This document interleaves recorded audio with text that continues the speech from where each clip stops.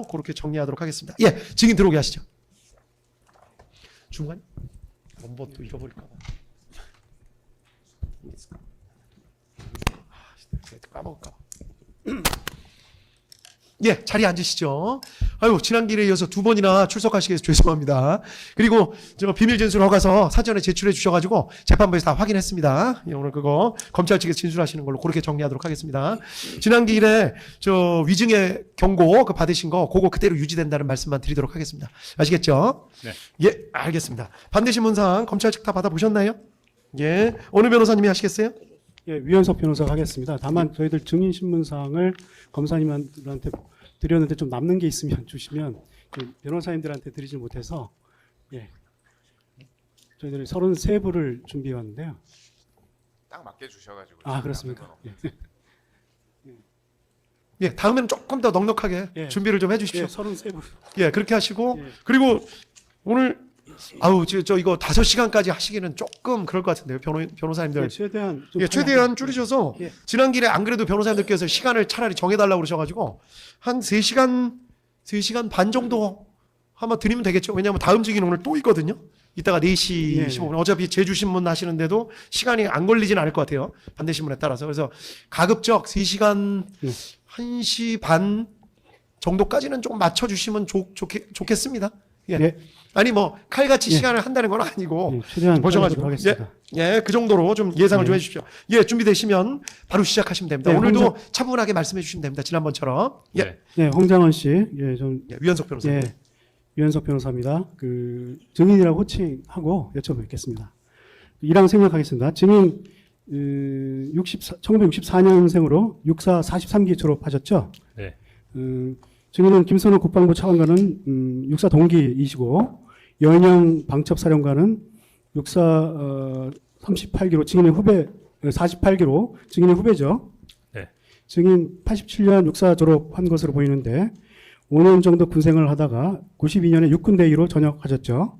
네. 증인은 군생활 중 특전사 707 특수임무단에서 복무를 하기도 했죠. 네. 마이크를 조금만 예, 가까이 좀 해주세요. 증인은 전역을 하면서 바로 당시 국가안전기획부에 입사를 한 것이죠. 네. 증인은 그 후로 2년간의 퇴직 기간을 빼고 약 30년간 국정원에서 근무를 했죠. 네. 증인은 국정원 근무 중 해외에서 공작관으로 활동하기도 했죠. 네.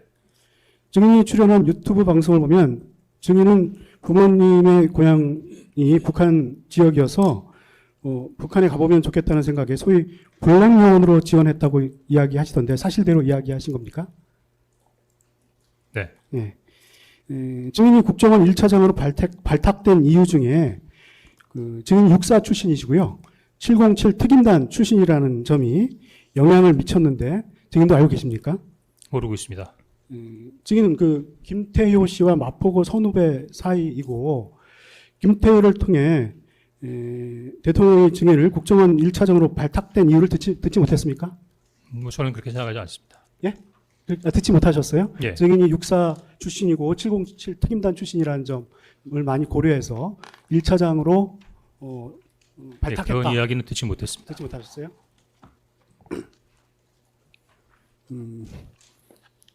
국정원에서 국정원장은 뭐 전체 업무를 총괄하고 증인 같은 1차장은 해외 정보 수집 등의 업무를 담당하죠. 그렇습니다. 증인 표현에 의하면 1차장은 해외 업무와 해외로부터의 위협에 대응하는 업무를 담당한다는 것인데 맞나요? 맞습니다. 1차장은 해외 경호, 특히 대통령이 해외 방문을 할 때 그리고 방문국이 북한과 동시 수교국인 경우에는 경호 정보를 지원하는 업무를 담당하죠.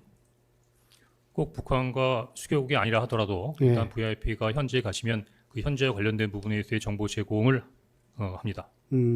특히 북한과 동시 수교국인 경우에 공간의 안전 문제 네. 이런 부분에 대해서는 증인이 좀 어떤 전문성을 갖고 계신 것 같은데 맞습니까? 그렇습니다. 예. 증인은 지난 기일 김용현 국방부 장관의 업무적 관계를 묻는 질문에 김용현 장관이 경호처장일 때 증인이 해외를 담당하는 1차장이기 때문에 대통령의 해외 행사 지원을 위해 업무상 협조가 있었다고 증언했죠. 그렇습니다. 국정원 1차장과 방첩사령관은 어떤 업무에 있어서 협조 관계에 있나요? 1차장과 방첩사령관. 1차장 산하에 방첩국이 있습니다. 그 방첩국이 담당하는 업무 중에 하나가 방산 관련된 방첩하고 예. 군사기밀 보호과 관련된 업무이기 때문에 안보조사국이 경찰과 업무적으로 오버랩되는 것처럼 방첩국이 제 산하에 있던 1차장 산하의 방첩국이 방첩사하고 업무가 오버랩되는 부분이 있습니다. 예, 국가안보조사국은 1차장 산하는 아니죠? 예, 2차장 산하입니다. 예. 국정원 2차장은 국내 정보, 대북 방첩 업무를 담당하죠. 2차장이요? 예, 2차장이요. 아닙니다. 어떤 1차장과 2차장, 3차장이 상황에 따라서 업무 분담을 융통성 있게 하기 때문에 딱 정해진 게 아니라 예. 당시 상황에 따라 조금씩 그 업무 분야가 좀 다른데 제가 보기에는 오늘 관련된 부분에 있어서의 어떤 서류도 제출했지만 국정원의 민무나 편제에 대해서 질문해 주시는 부분은 비공개일 경우에만 답하겠습니다. 예. 맞습니다. 예. 예, 그 부분은 좀 질문하실 때도 그렇고 좀 전에 말씀하신 부분은 실제 중계 나갈 때는 B 처리하도록 하겠습니다. 말씀하신 부분은 예. 계속하시죠. 예, 그 당시 기준을 묻는데 하여튼 2차장 국내 정보 대북 방첩 업무 담당하고 3차장은 심리, 사이버 안보 및 과학기술 담당하죠. 아닙니다. 증인이 진술한 부분인 것 같은데. 그렇게 진술한 적 없습니다. 예. 기획조정실장은 총무관리 및 인사 업무를 담당하죠. 예, 그렇습니다. 예. 문재인 정부에서 2024년 1월부로 국정원의 대공수사권을 경찰에 넘기는 조치를 취한 거 알고 계시죠? 네, 이미 그 관련된 사항 그 이전부터 결정되어 있던 것으로 알고 네, 있습니다. 문재인 정부에서 예. 법률안을 통과시키되 그 발효 시기를 2014년 1월부로 해서 국정원의 대공수사권이 경찰로 넘기는 조치를 취했잖아요. 뭐 틀린 말 했습니까? 예. 모르세요? 예, 그렇습니다. 예.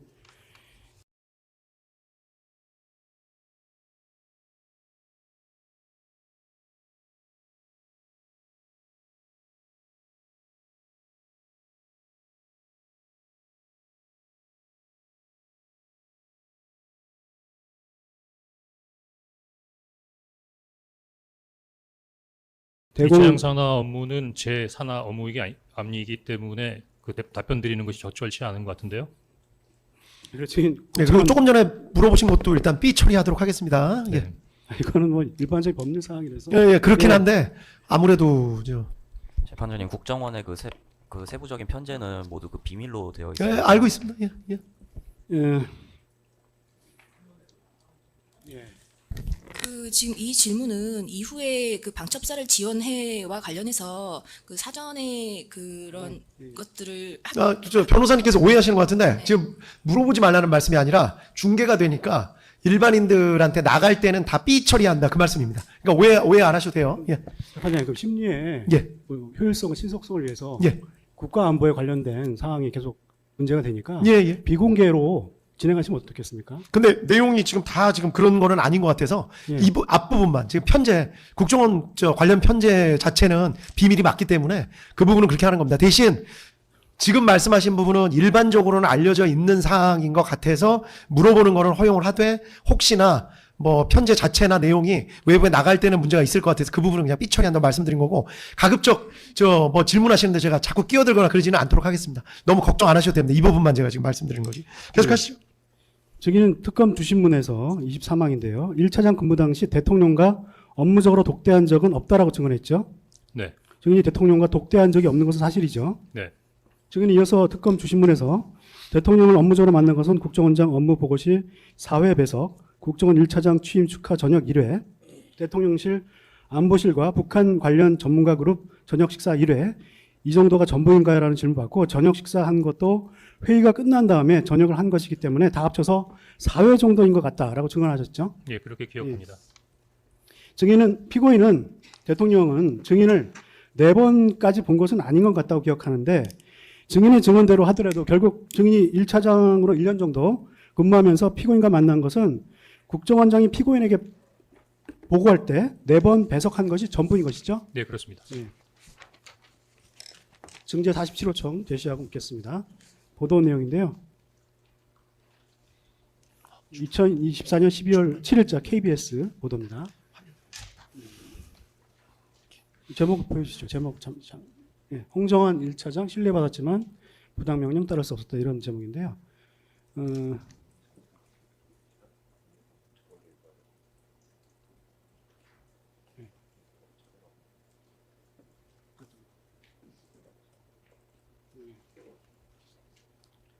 저희는 2024년 12월 7일 무렵 언론사회 인터뷰에서 대통령에게 평소 직접 보고를 했고 여러 차례 직접 보고를 했고 신뢰받고 있다. 여러 차례 직접 보고를 했고 신뢰받고 있다고 생각했다라고 말하는 것을 보이는데 평소 직접 보고를 했다는 것은 사실과 다르죠. 사실과 동일합니다. 독대 보고를 한 적은 없지만 예. 직접 보고를 한 적은 여러 번입니다. 증인 비상계엄 선포 당일 이전에는 대통령과 통화를 한 사실이 없죠. 없습니다. 증인이 국정원장 배석 없이 대통령과 독대한 적도 없죠. 없습니다. 예. 증인은 수사기관에서부터 시작해 헌법재판소와 이 법정에 이르기까지 계속해서 국정원 1차장 취임 축하 저녁 식사 자리가 있었다고 진술했죠.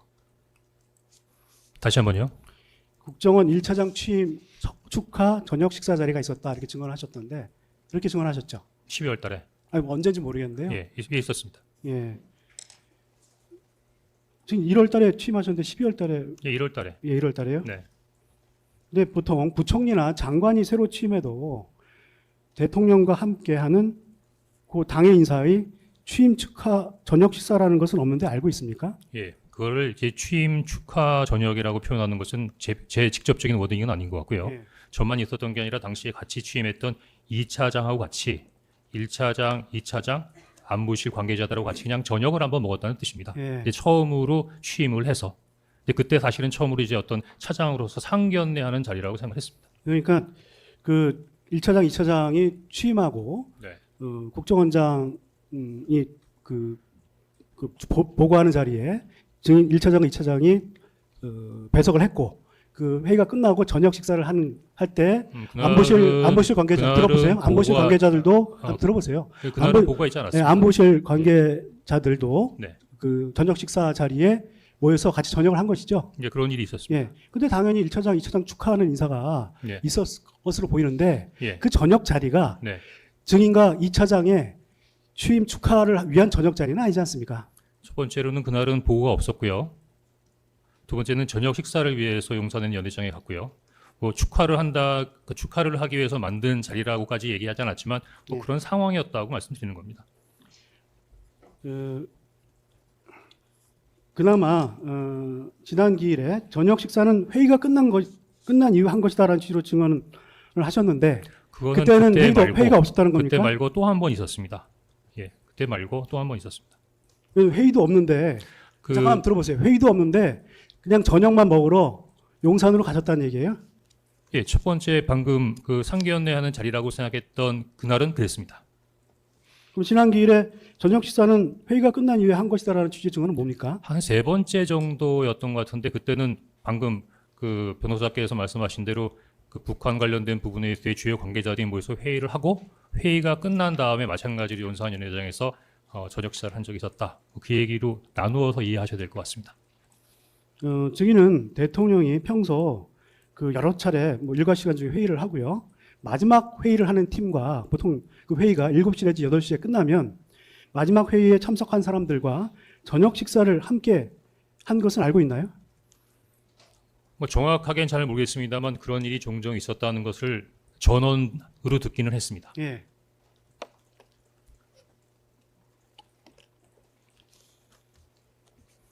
추가 증거선번 183번 증인 그 헌재에서 증인신문조서 제시하고 묻겠습니다. 특검 주신문에서의 질문 증인이 2025년 2월 20일 헌법재판소 2차 증언에서 대통령을 만난 것은 6번이라고 증언한 내용을 기초로 질문한 것을 보이는데 증인이 헌법재판소 2차 증언에서 증언한 내용 6번 정도를 기억한다라는 것은 사실과 다른 것이죠. 아니죠. 다르지 않죠. 분명히 변호사께서는 차장 때 몇 번 만났다고 물어보셨지 않습니까? 예. 제가 그 전에 김규현 원장의 특보를 했었는데 네. 특보 때도 대통령께 보고를 드리러 간 적이 있었습니다. 특보일 때 네. 대통령 그래서 아마 그 특보일 때와 차장일 때를 다 합쳐서 한 6번 정도로 기억한다라는 얘기를 이해하시면 될 것 같습니다. 김규현 법률보좌관 특보일 때 갔다는 얘기 오늘 처음 하는 것인데요. 처음 물어보신 것 같은데요. 아니 6번 정도라고 얘기할 때는 저기 6번 정도가 차장 때 예. 만난 게 6번이라고 써 있지는 않지 않습니까?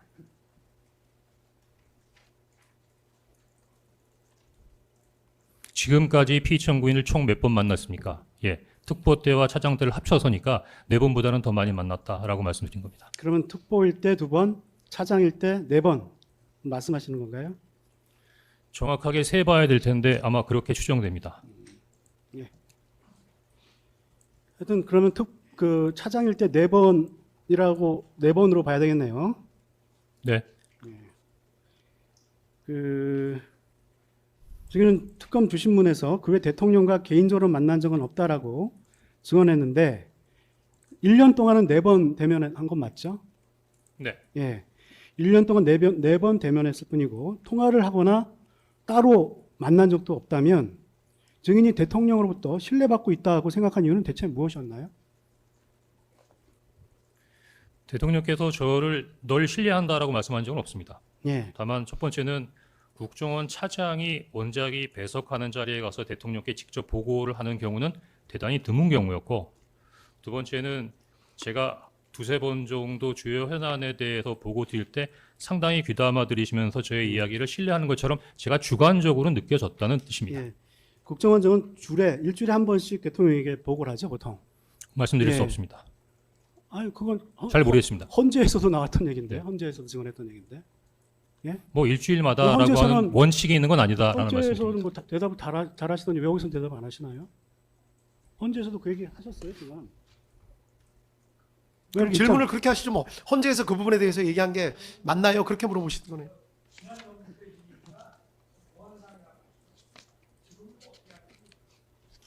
예, 그렇게 말씀하시니까 일단 원칙적으로 일정에 따라서 스킵되는 경우도 있었지만 일주일에 한 번 정도 직접 원장께서 보고하는 것이 예. 통례였습니다. 그 중에 이제 4번을 증인이 배석했다는 것이죠. 네. 예. 1년 동안. 그 증인은 비상계엄 당일 증인이 대통령으로부터 들은 격려의 말씀을 마치 대통령으로부터 비밀 임무를 받은 것처럼 하기 위해 대통령으로부터 신뢰받고 있다는 과장된 진술을 한 것으로 보이는데 어떻습니까? 우리 변호사께서는 대통령께서 당시 어떤 격려의 말씀을 하셨다고 들으셨습니까? 저는 격려의 말씀이라고 보는데 아니면 뭐 모르시겠다 아니면 아니다 이렇게 얘기하시면 됩니다. 어차피 대통령으로부터 신뢰받았다는 것은 증인의 생각에 불과한 거 예, 제 아닙니까? 주관적인 생각입니다. 메모의 작성 과정에 관해서 묻겠습니다. 추가 증거순번 183번 증인의 그 헌재 증인신문 조서 제시하고요. 이거 뭐 헌재 그 증인 증언하는 풀 영상을 보면 뭐 정확히 보이긴 하는데요. 그걸 또 다운 받다 보니까 잘 나오지는 않았는데요. 지금 보여드리는 것은 증인이 헌법재판소 2차 증언 당시 증인이 헌법재판소에 제출한 자료이죠. 첫 장부터. 예, 첫 장. 그 다음 장. 증인 제출하신 거 맞죠? 예, 이 관련된 내용은 제가 지난 2월 20일 헌재의 두 번째 증인으로 2차 증언 출석하면서 당시. 예. 당시 메모와 관련돼서 상당한 많은 논란이 있는데 아니, 그러니까 그런 것을 구두로 설명하는 부분에 있어서의 제한이 있어서 제가 설명 자료로 만든 것이고 예. 당시 헌재 재판정에서 설명 자료로 사용했던 내용입니다. 예, 제출했죠. 네, 제출했습니다. 예. 이 사건 수사 과정에서 증인이 수사기관에 제공한 메모는 이 헌재 2차 증언 때 증인이 제출한 자료에 의하면 3차 메모, 이 3차 메모, 찍어주시죠. 3차 메모를 말씀하시는 거죠? 네, 그렇습니다. 예. 증인은 특검 주신문에서 증인이 가필한 메모를 제시받고 이 메모는 비상계엄 다음 날인 12월 4일 그 16시경에 증인이 보좌관에게 기억에 의존하여 네가 머리가 좋으니까 기억에 의존하여 메모 내용을 작성해 보라라고 하여 작성된 메모, 3차 메모라고 이렇게 이름을 붙이셨던데 3차 메모에 증인이 다른 필기구를 이용해 사후 가필한 메모가 맞는지를 묻는 질문에 긍정하는 답변을 했죠. 지난 네. 보좌관이 작성한 부분은 증인이 불러주는 대로 적거나 증인의 메모를 받아서 정서한 것, 즉 대필한 것이 아니고 소위 말하는 2차 메모를 주지 않은 상태에서 너 보좌관 네 머리가 좋으니까 기억나는 대로 기억에 의존해 작성하라고 해서 보좌관이 기억에 의존해 작성한 문건이라는 증언을 한 것이죠.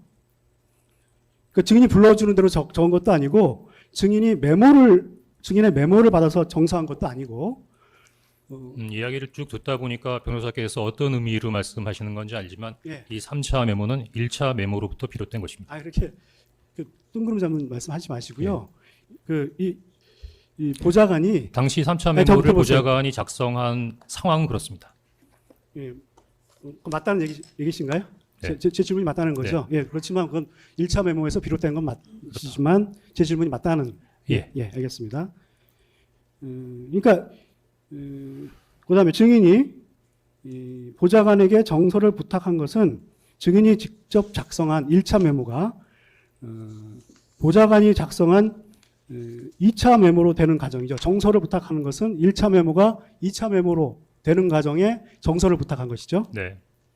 근데 이제 2차 메모에서 3차 메모로 넘어가는 과정은 정서를 부탁한 게 아니죠. 메모를 보고 정서해달라라고 얘기한 게 아니죠. 네. 예. 그러니까 3차 메모 작성은 정서를 부탁하는 것이 아니라 증인이 기억하지 못하는 그 어떤 명단이 있는지 사람이 있는지 궁금해서 보좌관에게 너 네가 기억이 좋으니까 보좌관 기억에 의존해 재작성해 보라고 한 것이었죠.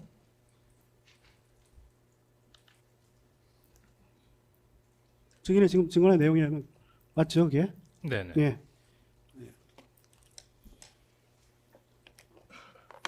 증인은 특검 주시면 21항에서 1차 내지 3차 메모, 1차 내지 3차 가필 등 메모가 수정되었는데 각 메모에 기재된 이름, 명단은 동일한가요? 아니면 다른가요? 라는 질문을 받고 다른 것은 없다라고 증언했는데 그렇게 증언하셨죠? 예, 보좌관이 적은 것 중에 다른 건 없었던 것 같습니다. 그러니까 보좌관뿐만 아니라 하여튼 1차에서 3차까지 이렇게 발전이 되고요. 가필을 이제 1차, 2차, 3차 가필을 하는데 네. 그 각 메모에 기재된 이름과 명단이 동일하냐 다른가요? 동일하다. 다른가요라는 질문에 네. 동일하다, 다른 네. 건 없다 이렇게 얘기하셨는데 지금 또 특검 주신문 19-4항, 41-4항에서 증인이 양정철 조혜주 이름을 추가한 것은 검찰 조사 이후 언론 등을 보고 생각이 나서였다라고 증언하셨죠. 맞습니다. 그 전까지만 하더라도 명단에 있는 내용은 12명이었습니다. 예, 그러니까 이름 명단이 완전히 동일한 것이 아니라 다르다는 사실이 증인의 증언만 보더라도 명백한 거 다른 게 아닙니까? 아니라 추가가 된 것이고 여기 그 설명 자료에도 보이듯이 1차 가필, 2차 가필 기존에 있던 부분에서 제가 뭔가를 추가해서 메모했다는 뜻이지 처음과 그 다음이 다르다는 의미로 해석하는 것은 오류가 있는 것 같습니다. 예. 다시 양 묻겠습니다. 증인 2차 메모 다시 보여드리죠. 2차 메모의 존재 여부에 대해서 수사기관에서 진술 그리고 헌재에서의 1차 증언에서는 단 한 번도 진술하신 적은 없죠. 2차 메모에 관해서는. 1차 메모, 2차 메모에 대해서 다 여러 번들 물어봤는데요. 아니 2차 메모에 대해서는 헌재에서 변호사들 아니, 2차 물어보지 물으셨죠. 1차 2차 다 마찬가지고요. 예. 2차 증언에서 처음 나온 것 같은데요. 벌써 한 반년 전의 내용이니까 네, 헌법재판소 2차 증언까지는 1차 메모를 보좌관이 정서한 것이 수사 기관에 제공한 메모, 뭐 지금 기준으로는 3차 메모라고 진술하지 않았습니까? 즉 1차 메모에서 바로 3차 메모로 보좌관이 정서했다라는 취지로 그때 뭐 제가 진술하고 보기에는 증언하셨던데요. 증언할 때 시간 뭐 이렇게 하나하나 순차적으로 얘기한 게 아니라 핵심을 질문했으니까 방금 물어보신 거에 대해서 네 아니요로 대답하라는 것처럼 그 핵심만 대답을 한 거죠. 아니 지금 제가 저기 파워포인트로 설명 자료를 만들어서 제가 1차 메모, 2차 메모, 3차 메모와 그 가필에 대해서 지금 저렇게까지 서면으로 작성해서 설명 자료를 만들었지 않습니까? 처음에 2차 메모를 얘기 안 하다가 2차 메모를 얘기한 것을 보면 그 이후에 국정원의 자체 조사라든지 어떤 조태영의 증언에 의해서 이미 지난 뭔가 사실이 12월 달에 밝혀지니까 나온 증언으로 공수처, 보이는데요. 경찰 특수부, 검찰로부터 관계기관의 조사를 다 받은 내용이기 때문에 혹시 궁금하시면 그 검찰 조서 내용들 한번 확인해 예, 그걸 보시면 확인해서 어떨까 묻는 겁니다. 예. 예.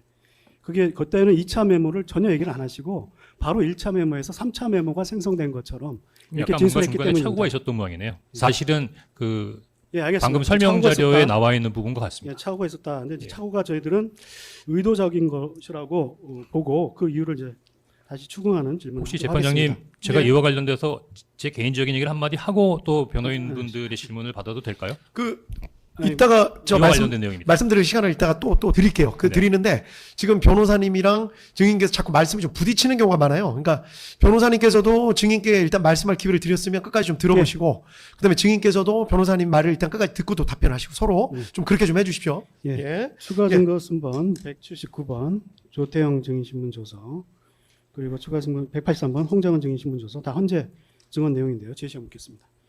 조태영 국정원장이 증인의 그 1차 증언과 2차 증언 사이에 2월 13일 헌법재판소에 증언을 하거든요.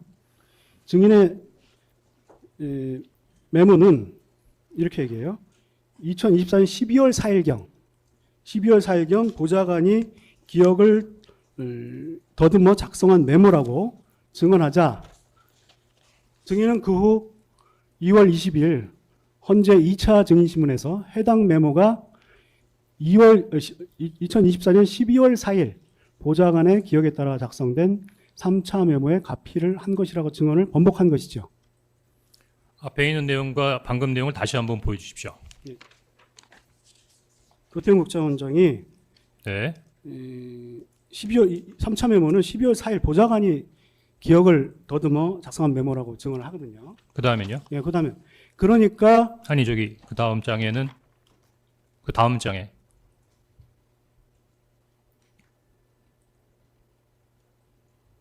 그 다음 장에 이제 증인이 2월 20일 날 증언하는. 동일하지 않습니까? 뭐가 다르다는 아니 말씀이시죠? 이때 처음 이제 얘기를 하신다는 겁니다.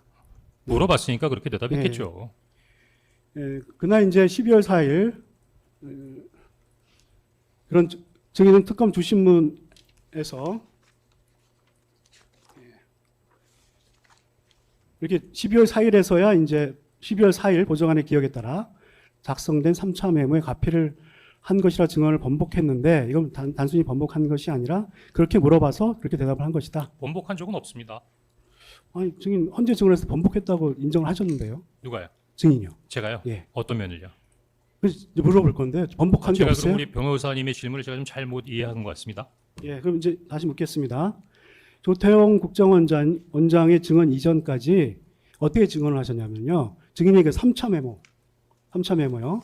그거를 비상계엄 당일 증인이 작성한 1차 메모를 12월 3일 같은 날 보좌관이 정서한 것으로 설명하셨던데 그 이후에 국정원장이 이건 12월 3일이 아니라 12월 4일 날 보좌관이 정서한 것이라고 예, 이렇게 얘기를 하니까 증인이 증언을 바꾼 것이거든요. 아마 2차 메모도 보좌관이 했고 3차 메모도 보좌관이 했으니까 그냥 보좌관이 썼다라는 부분으로 이야기한 부분이 잘못 이해될 수도 있고 그 부분까지는 제가 토시 하나까지는 제가 잘 뭐라고 말씀드리기 좀 어려울 것 같습니다. 근데 보좌관이 12월 3일 날 작성했다는 것과 12월 4일 날 작성했다는 것은 많은 의미가 많이 다르지 않습니까? 제가 보기에는 그 방금 말씀드리려고 했던 부분도 그렇지만 그 변호사께서 궁금해하시는 거 지난번 공판 때 그 변호사 중에 한 분이 이 메모의 가장 신뢰성의 핵심적인 포인트는 그 보좌관이 있느냐 아니면 그 보좌관이 차장의 지시를 받고 실제로 썼느냐라고 얘기했는데 저는 그 부분이 가장 중요한 핵심적인 포인트라고 생각합니다. 이거 다시 물어보겠습니다.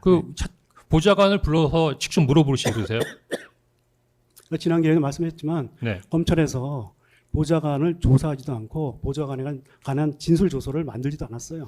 이건 또 사실과 다릅니다. 제가 아니, 12월 4일 날, 물어보게- 12월 4일 날 지금 1차 증인으로 출석했을 때, 요 바로 앞에 앉아 있는 김계리 변호사께서 저를 신문하셨습니다. 그때 우리 김계리 변호사가 제 보좌관의 진술서라는 것을 보여주면서 보좌관이 메모를 적었다는 내용은 진술하지 않았다고 지적한 적이 있었는데 무슨 뜻이냐면 당시 김계리 변호사는 당시 제 보좌관의 진술까지 확보하고 있었고 또 하나는 제가 보좌관의 글씨를 보니까 그 사람이 아니라서 제가 보좌관이 한 사람이 아닙니다라고 얘기했더니 저기 보좌관이 세 저기 사람이 그분은 있다고 왜 나중에 말씀하셔서 물어볼 이미 건데. 김계리 변호사는 다 알고 계세요. 2월 같이 4일을 정보 공유를 왜 말씀하시는 안 겁니까? 하십니까? 헌재에서 2월 4일을 말씀하시는 겁니까? 저 잠깐만요. 네, 2월 4일에 얘기한 겁니다. 잠깐만요. 제가 보기에는 변호사님도 그렇고 증인도 그렇고 너무 막 긴장하셔가지고 막 그러시는 것 같은데 그냥 있는 그대로 지금 질문 자체는 그거에 그냥 답변을 또 해주시면 되고 이따가 김계리 변호사님 그거 기억 못 하세요?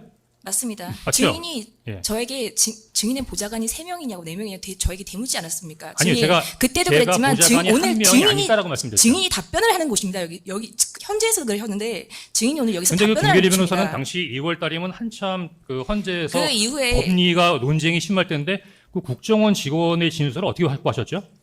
원래 김용현 국정원에 있는 모든 문건은 반출되지 않도록 되어 있는데 혹시라도 불법적으로 반출된 문건을 헌재에 증거로 제출하시면서 증인으로 하여금 불리한 증언을 유도하신 건 아닙니까? 혹시? 증거 기록이 있습니다. 네? 지금 증거 기록이 있습니다.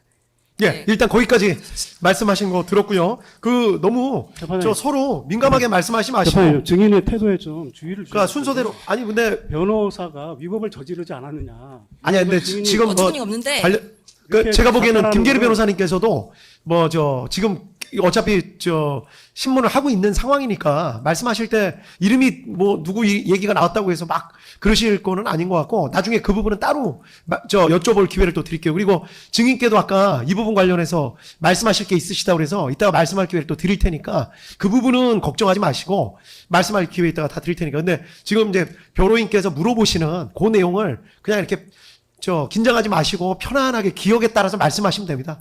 네, 알겠습니다. 재판장님. 긴장해서가 아니라 변호사께서 물어보시는 부분에 있어의 의도가 보이니까 제가 조금 그 부분을 설명드리려다 보니까 말이 좀 많았던 것 같습니다. 이따가 한번 또 말씀을 쫙 한번 하시도록 아예 기회를 좀 드릴게요. 네, 알겠습니다. 예. 그러니까 그건 걱정하지 마시고 일단 변호인 질문을 끝까지 한번 들어보신 다음에 말씀 듣고 그다음에 변호사님께서도 그 말씀 끝까지 좀 듣고 이렇게 하시고 서로 좀 그렇게 좀 다시 한번 부탁드립니다. 네. 예, 계속해서 진행할까요? 예, 재판장님 윤갑근 변호사입니다. 아, 예.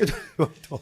이 지금 증인 신문을 아까 재판장님께서 이제 시간을 좀 빨리 했으면 좋겠다는 말씀을 해주셨는데 지금 증인의 태도가 지금 변호인이 묻는 의도에 따라 변명을 한다고 하는데 지금 여기 의도를 떠나서 객관적인 사실을 물으면 예, 아니요.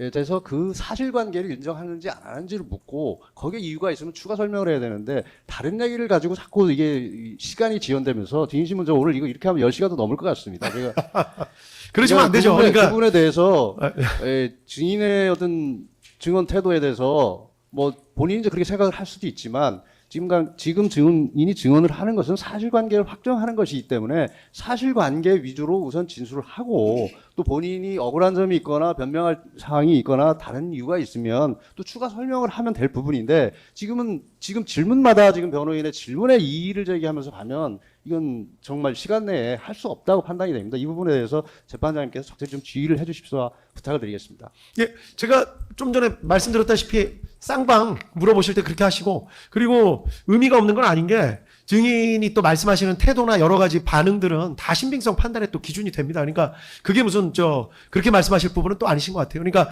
증인께도 말씀드렸고 변호인께도 말씀드렸지만 너무 긴장하고 말씀하지 마시고 증인께서는 편하게 그냥 기억나시는 대로 들어본 다음에 그 부분 맞다 틀리다 또는 막 이렇다.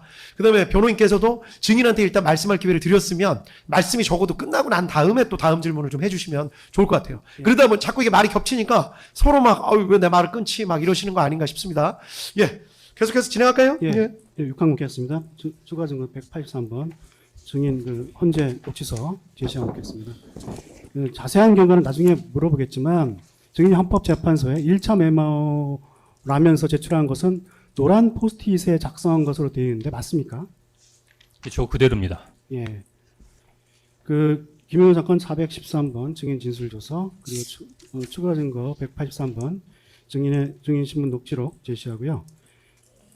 여기에 보면 그 증인은 1차 메모를 처음에는 뭐 작은 수첩에 적었다라고 진술하기도 했고요. 또 하얀 종이에 적었다고 헌재에서 진술하기도 했는데 헌법재판소에는 왜 노란 포스트잇에 한 것으로 되어 있는데 어떤 것이 맞습니까? 네. 아니 내가 아니라 어떤 게 맞냐고. 하얀 종이라는 하얀 종이가 얘기가 맞습니다. 하얀 종이 작은 수첩 포스트잇 있는데 하얀 종이가 예, 맞습니까? 하얀 종이 맞습니다.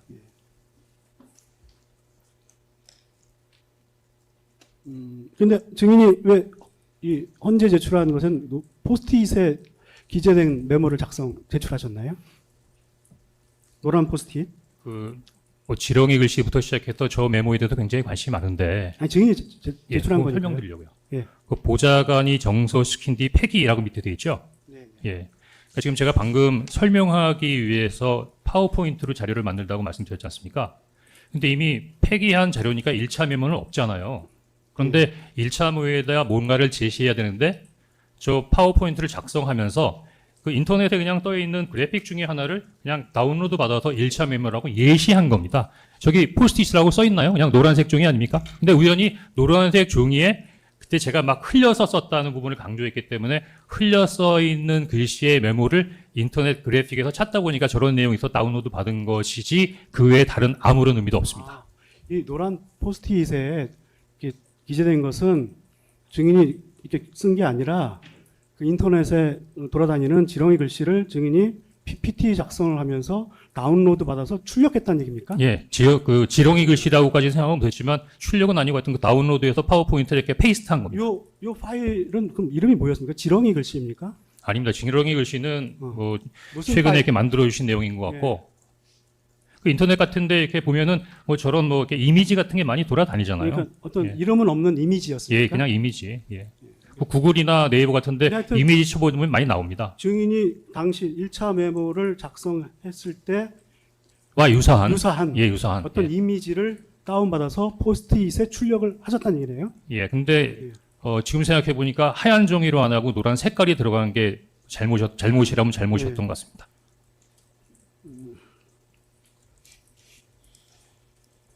증인이 이 헌법재판소에 제출한 자료에는 2차 메모와 3차 메모가 다른 용지에 작성된 것으로 표현되어 있잖아요.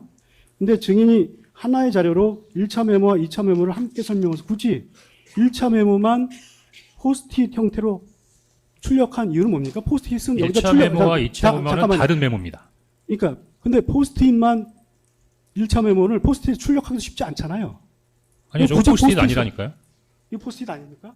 아니, 저거 인터넷에 돌아다니는 그래픽이라니까요. 아니, 메모지를 묻습니다. 메모지. 예. 근데 제가 보기에는 저는 포인트를 색깔에다가 포인트를 맞추지 않고 막 흘려 쓴 글씨라고 하는 부분에 포인트를 맞추다 보니까 저런 식 형태의 이미지를 찾게 된 거였습니다. 아니, 그러니까 포스트잇에다가 출력받기도 쉽지 않은데 굳이 포스트잇이란 용지를 사용했는지 묻습니다. 제가 포스트잇에다가 출력했다는 말씀은 무슨 말씀이십니까? 아니, 포스트잇 저거는 출력할 필요가 없이 그냥 인터넷에서 다운로드 받는 거예요.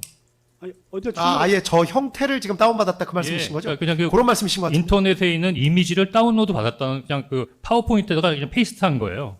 이거 자체가 그림이다. 그 지금 그런 저게 다 말씀이신 거죠? 그림이, 저게 포스트- 이미지예요. 이 포스트잇이 보면 어떤 용지에 떠서 붙어 있지 않습니까? 이걸 누가 포스트잇이 아니라고 아니 그 저기 뭐야 그게 그 이미지로 영상 그 저기 그 그래픽 인터넷상에 떠 있는 거라니까요. 제가 만든 게 아니고 요 원자료는 제출하셨습니까? 헌재? 제출했습니다. 헌재 기록에 있겠네요. 아 지금 이 파워포인트의 원본을 말씀하시는 건가요? 아니, 헌재 제출한 자료를 묻습니다. 그건 헌재에 있겠죠. 거기 그땐 포스트잇이 아니었어요? 포스트잇이 아니었어요. 바로 이렇게 출력한 상태의 이 두 장의 파워포인트 설명 자료였습니다. 헌재에다가 제출했던 메모는 원래 세 번째 메모의 원본을 제출했습니다. 이것도 헌재에다 제출하셨잖아요. 그 노란색 포스트잇을 제출한 적은 없습니다. 저 노란색 포스트잇은 저 파워포인트에 다운로드 반 이미지고 예. 헌재에다가 제출했다는 건 이 1페이지 자료 첫 장이라고 돼 있잖아요. 저 자료 첫 장과 두 번째 장 해서 두 페이지로 된 5컷 슬라이드의 파워포인트 설명 자료를 제출한 것입니다. 확인해 보겠습니다. 예.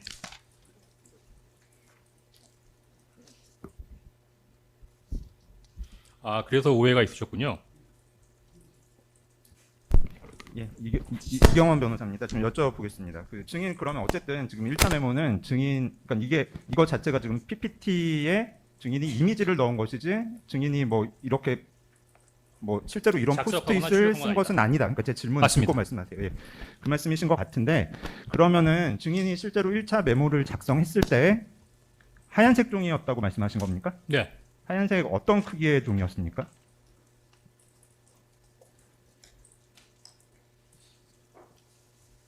기억 안 나십니까?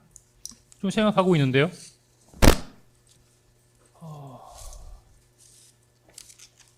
글쎄 어떤 종이라기보다도 그냥 메모지였던 것 같습니다. 예. 메모지? 포스트잇은 아니었습니다. 메모지입니까? 네. 아니면 A4 용지? A4 용지 아니고 A4 용지 아니고 통상 이제 그 변호사님들도 가끔 보면 이렇게 메모지처럼 돼 있는 그 종이들이 가끔 책상 위에 있잖아요. 그냥 그 책상의 메모로 기억합니다. 보통 뭐 리걸 패드라고 부르는 뭐 그런 그러니까 뭐 줄이 쳐져 있거나 한 그런 아니요, 줄이 쳐져 있거나 A4 용지거나 그런 거 아니고 그냥 일반적인 메모지였던 것으로 기억합니다. 일반적인 메모지라는 거를 설명을 좀 해주시죠 그러면.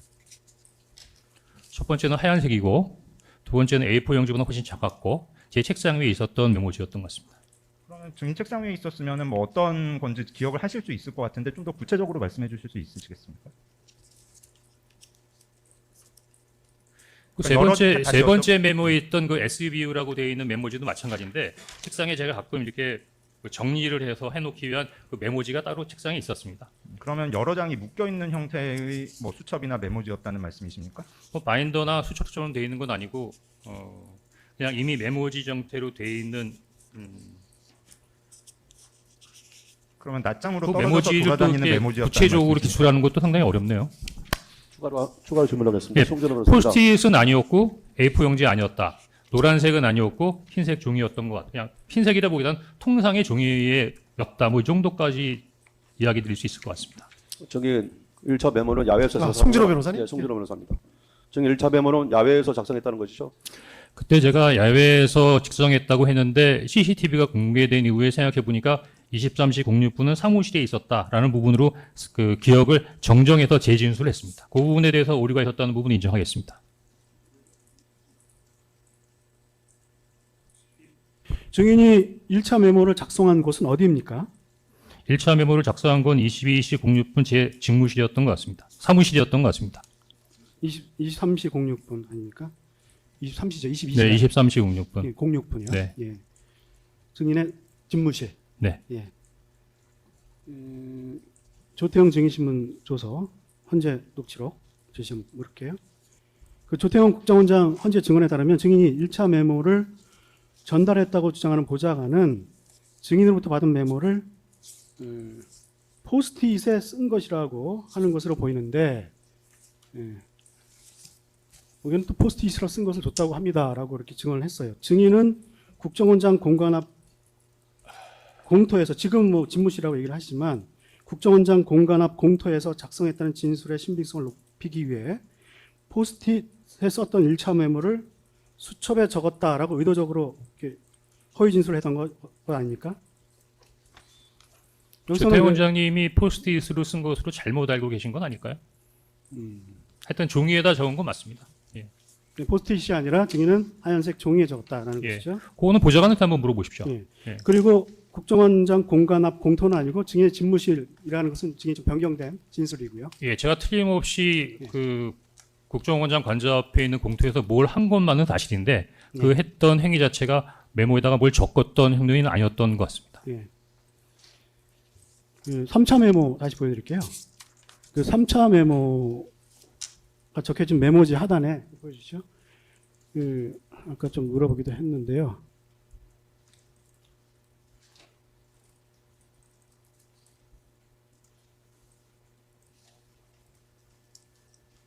예, 하단 좀 키워보면 여기에 www.ssu.gov.ua라는 웹 주소가 기재되어 있는 메모를 사용하셨는데 어디서 입수한 메모입니까?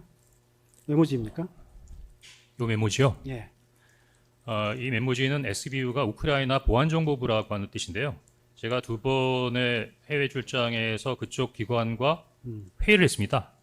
뭐 통상 저희들로 치면 회의를 하게 되면 그쪽 기관에서 메모지를 두지 않습니까?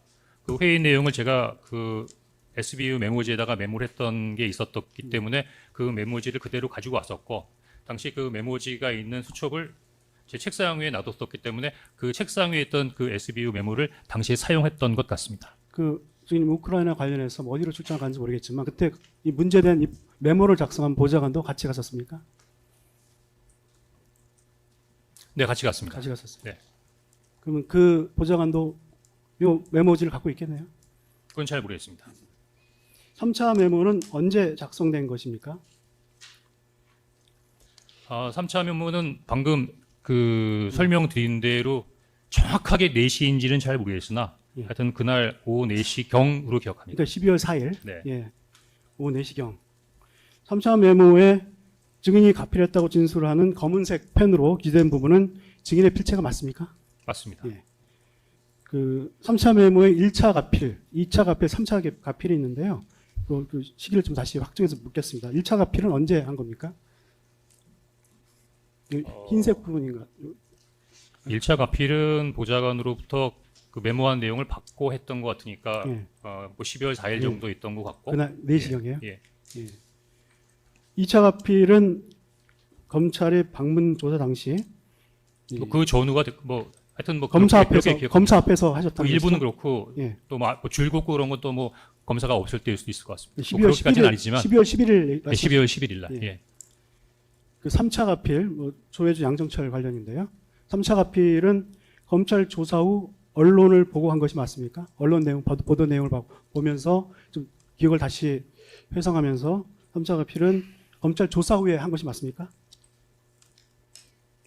증거 내용을 헌재에서 하는 걸 싹 들어보면 그런 것 같은데 맞습니까? 갑자기 그렇게 물어보시니까 잘 모르겠는데요. 하여튼 뭐 그 즈음에 그 적은 거 맞고 그럼 조혜주 양성철은 원래 그 없다가 왜 생겼냐? 그러니까 아무래도 뭐 언론에서 막 그러니까 누가 기억 못하던 것 중에 비슷한 얘기를 하면 갑자기 연상작용으로 기억나는 경우가 있잖아요. 막 그래서 제가 기억이 되살아난던 것으로 아마 진술했던 것 같습니다.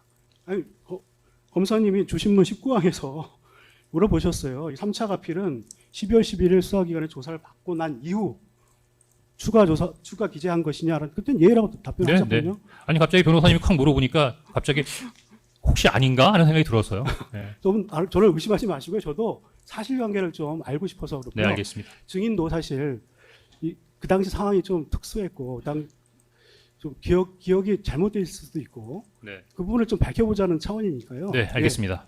우리 좀 오픈한 마인드로 좀 해주셨으면 감사드리겠습니다. 네, 7-3. 이 사건 증거 기록에는 증거 기록을 우리가 수많은 기록인데 살펴봤는데 증인의 지시에 따라 3차 메모를 작성했다는 보좌관의 진술이 전혀 없습니다. 예? 그리고 오히려 메모 작성을 하지 않았다는 보좌관의 진술이 있을 뿐이에요. 지금 보좌관이 한 2-3명 됩니까? 보좌관이 몇 명이냐고요? 2명인가 3명인가? 예. 예. 그러면은 아니 제가 그러니까 얘기해도 됩니까? 2명, 3명이냐 그것만 말씀해 주세요. 예? 보좌관이 2명인지 3명인지 그것만 일단. 그보다 더 많습니다. 예? 그보다 더 많아요. 그보다 많습니까? 하여튼 기록에는 메모를 작성했다는 보좌관 진술은 없고요. 메모를 작성하지 않은 보좌관의 진술만 있어요. 그래서 조태용 국정원장의 헌법재판소 증언도 결국 제3자의 진술에 불과해가지고요. 왜냐하면 조태용 국장도 조사를 했다고 하지만 자기도 그 보좌관 메모를 작성했다는 사람을 조사해서 들어서 한 진술을 한 것이라서 간접 진술이거든요. 결국 증인이 주장하는 메모의 작성 경위를 명확히 하려면 이 메모를 작성한 사람을 불러서 조사를 하고 그걸 진술 조사를 만들어야 되는데 이 검찰이나 특검 이걸 하질 않았거든요. 그럼 우리 그래서 변호사님 아직 질문 안 끝났습니다. 혹시 증인은 3차 메모를 작성에 관여한 보좌관이 특검이든 검찰이든 수사기관에서 조사를 받았다는 이야기를 들어본 적이 있습니까? 2월 13일 날 헌법재판소 제8차 변론에 당시 국정원장이었던 조태용 원장께서 증인으로 출석해서 선서를 하고 증인으로 공식적으로 국정원 내부 조사를 통해서 확인해 보니 담당 보좌관을 확인했고 담당 보좌관이 옮겨서 정사한 게 맞다라고 진술한 내용은 조금 전에 보여주셨죠? 그러면 그 진술 내용을 믿지 않는다는 말씀이십니까? 그건 이제 법적으로 그 전문 진술이라고 해서요. 증거로서의 가치가 떨어지거든요. 그러면 제가 보기에는 그래서 그 보좌관을 직접 한번 뭐 증인으로 신청해서 물어보시죠. 우리 모르잖아요, 누군지. 예, 저도 그걸 증인이 저한테 얘기하면 어떡합니까? 증인이 알고 수사 권한이 있는 검찰이 알 뿐인데 검찰이 조사를 안 했습니다. 그러니까 저희들은 의심할 수밖에 없죠.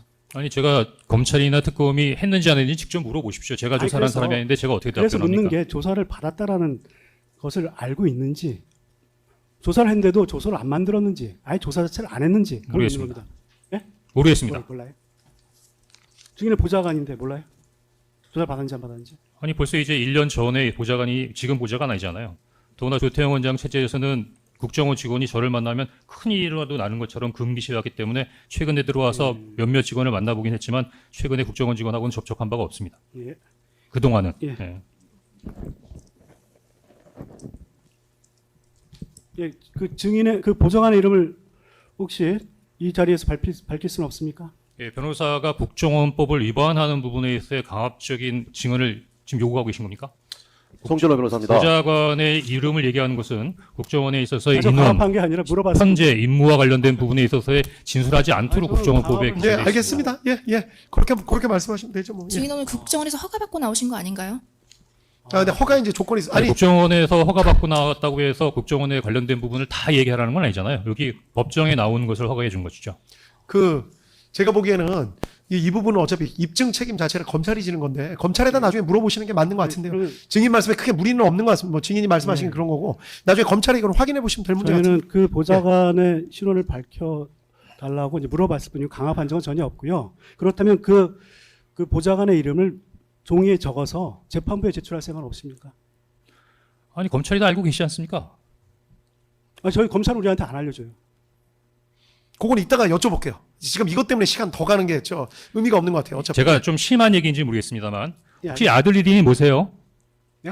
아들이나 딸 이름이 뭐세요? 라고 물어오면 아니 지금 공개적인 법정에서 왜 제 딸 아들 이름을 물어봐요? 라고 대답하실 수 있을 텐데 저도 그 보좌관이 어떤 형태로든 간에 개인의 국정원 직원으로서의 보안만이 아니라 개인적인 프라이버시가 있는 부분인데 그런 식으로 물어보시는 거는 저한테 상당히 과한 부분에 있어 질문과 요청을 하시는 것 같습니다. 이 사건의 중요한 증거인 메모를 작성하는데 관여한 사람입니다. 그 부분에 대해서 사실 단순한 규명하는 건 프라이버시 문제가 특검과 아니죠. 저 이제 변호인께서 하시는 거지 여기까지 제 책임은 아닙니다. 그러면 그 증인의 이름을 재판부에 제출하는 것도 거부하시겠다고 받아들이면 됩니까? 거부라는 표현까지 아니지만 생각해 보겠습니다. 예, 알겠습니다. 계속하시죠. 2024년 12월 11일 오전에 공수처 검사 등이 세브란스 병원에 입원한 증인을 찾아가 면담 조사를 한 사실 있죠. 좀 크게 말씀해 주시겠습니까? 예, 잘 안 들립니다. 12월 11일 오전에 공수처 검사 등이 증인이 입원한 병원에 찾아가서 네. 면담 조사한 사실이 있죠. 됐습니다. 그 증언을 들어보면 한 8, 9일 정도 입원하셨던 것 같은데 그렇습니다. 좀 위급한 지병이셨나요? 예, 지난번에 그 검찰에서 요청해서 당시 진단서를 제출했습니다. 예. 진단서를 저희들 못 봐서 좀 아주 중요한 병이었나요? 아주 위급한. 뭐 전문적인 것까지는 아니더라도 통상 예. 풍 맞았다는 게 들어보셨어요? 중풍. 예. 예. 조금 시간이 더 지나서 심해졌으면 풍이 왔을 것 같은 아, 상황이었던 것 같습니다. 뇌혈관 쪽에. 예. 요즘 그 스트레스 많이 받아서 제 주위에도 요즘 어떤 사람들 보면 갑자기 뭐 이렇게 쓰러지기도 하고 막 그러더라고요. 그래서 참 건강이 중요하게 물어보겠습니다. 공수처 검사는 증인에게 무슨 사건으로 조사를 한다고 하던가요?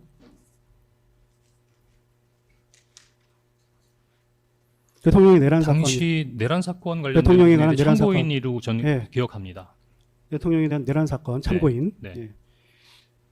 증인은 지난주 입법정에서 공수처에는 자료 제출을 하지 않았다는 취지로 증언했는데 네. 선서를 하고 증언했으니 네. 증인의 명확한 기억에 따라 증언한 것이죠.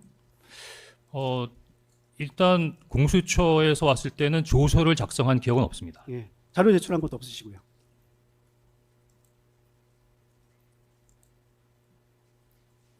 그냥 조서를 작성하지 않았기 때문에 특별한 자료를 제출하지 않았다고 말씀드렸는데 혹시 제가 뭐 특별히 전달 메모 같은 건 보여드릴 수도 있겠죠. 잘 기억이 안 나네요. 예, 그거. 만나신다고 얘기하죠.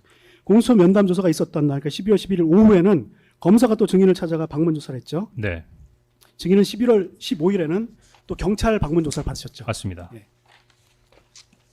증제 66호증 7월 10일자 보도입니다. 아마 그리고 증제 67호증 9월 3일자 보도입니다. 이게 증인은 조금 전에 확인한 그 세 차례 조사, 증인이 입원해 있을 동안의 방문 조사 이외에 2025년 7월 9일, 9월 2일경 각각 특검에서 참고인 조사 받았죠. 9월 달에요? 7월 달, 9월 달. 예, 7월 달, 9월 달에 받았습니다. 예. 날짜는 정확하게 뭐 확인해 봐야 될 것 같습니다. 예. 증제 66호증 7월 10일자 보도, 그리고 67호증 또 보도 제시하고요.